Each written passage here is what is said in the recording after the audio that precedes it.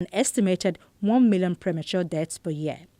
Implementing proven cost-effective measures to reduce emissions of short-lived climate pollutants such as black carbon and methane are expected not only to reduce global warming by 0.5 degrees Celsius by the middle of the century, but also to save 2.4 million lives a year from reduced air pollution by 2030. Okay, we still have systemic pollution everywhere.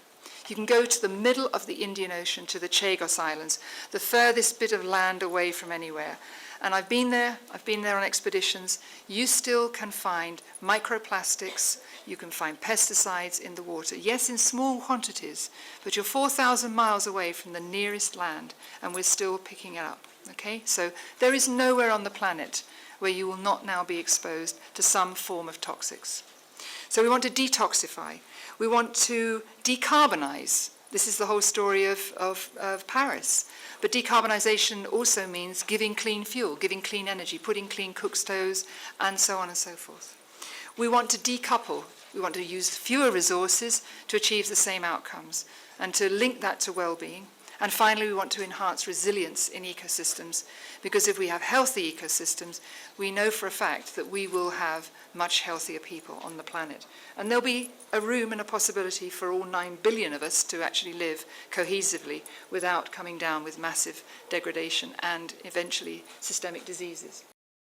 The World Health Organization estimates that investments in preventative workplace health programs of around $18 to $60 per worker can reduce sick leave absences by 27%, and that the return on investment in water and sanitation services is between $5 and $28 in developing countries. Protecting the environment and investing in the protection, conservation, and restoration of biodiversity and ecosystems can provide a platform and tools to improve human health and well-being, including that of women and girls who, facing persistent inequalities, are disproportionately affected by damages to the environment and the ecosystem, and is key to successfully meeting the Sustainable Development Goals and targets. The connection between green investments and public health is mutually reinforcing. On the one hand, green investment in major economic sectors reduces carbon emissions and pollution by enhancing energy and resource use efficiency, therefore improving human well-being and public health. Investing in the protection, conservation, and restoration of ecosystems as what is known as green infrastructure is also beneficial because terrestrial and inland water ecosystems contribute to the regulation of the quantity, quality, and supply of fresh water and of flood regulation. Moreover, ecosystems such as mangroves, sand dunes, and wetlands contribute to reducing disaster risk associated with cyclones and floods. On the other hand, improved health reinforces economic growth and acts as an engine for transitioning towards poverty eradication and sustainable development. If you tackle environmental issues, you really can tackle a lot of health issues upstream. And so it really is about the cost of inaction and the cost of action. If you invest, for example, if you really look at our CFCs, the Montreal Protocol, you can have, as we currently sit, 1.8, nearly $2 trillion worth in global health benefits. And this is about the avoided damages coming to the humans. If you then add to that agriculture, fisheries, and the materials over the last sort of 50, 60 years, you will see tremendous benefits there.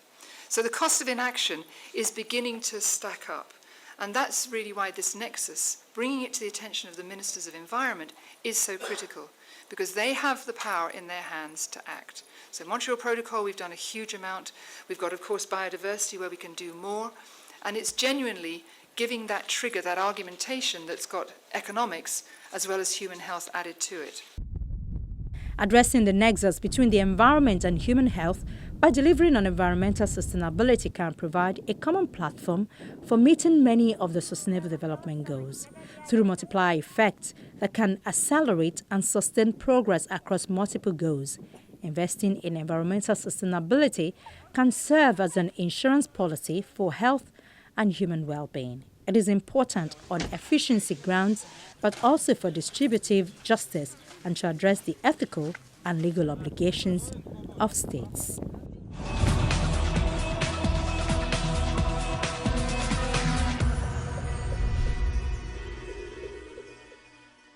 While investing in environmental sustainability can serve as an insurance policy for health and human well-being, experts have advised that addressing the link between the environment and health will be key to achieving the agenda for sustainable development. I'm Ayola Kasim, asking you to join us on another episode of Earthfile next week. In the meantime, our inbox, earthfile@channelcv.com, is available for your comments and questions. We will see you next week. Bye for now.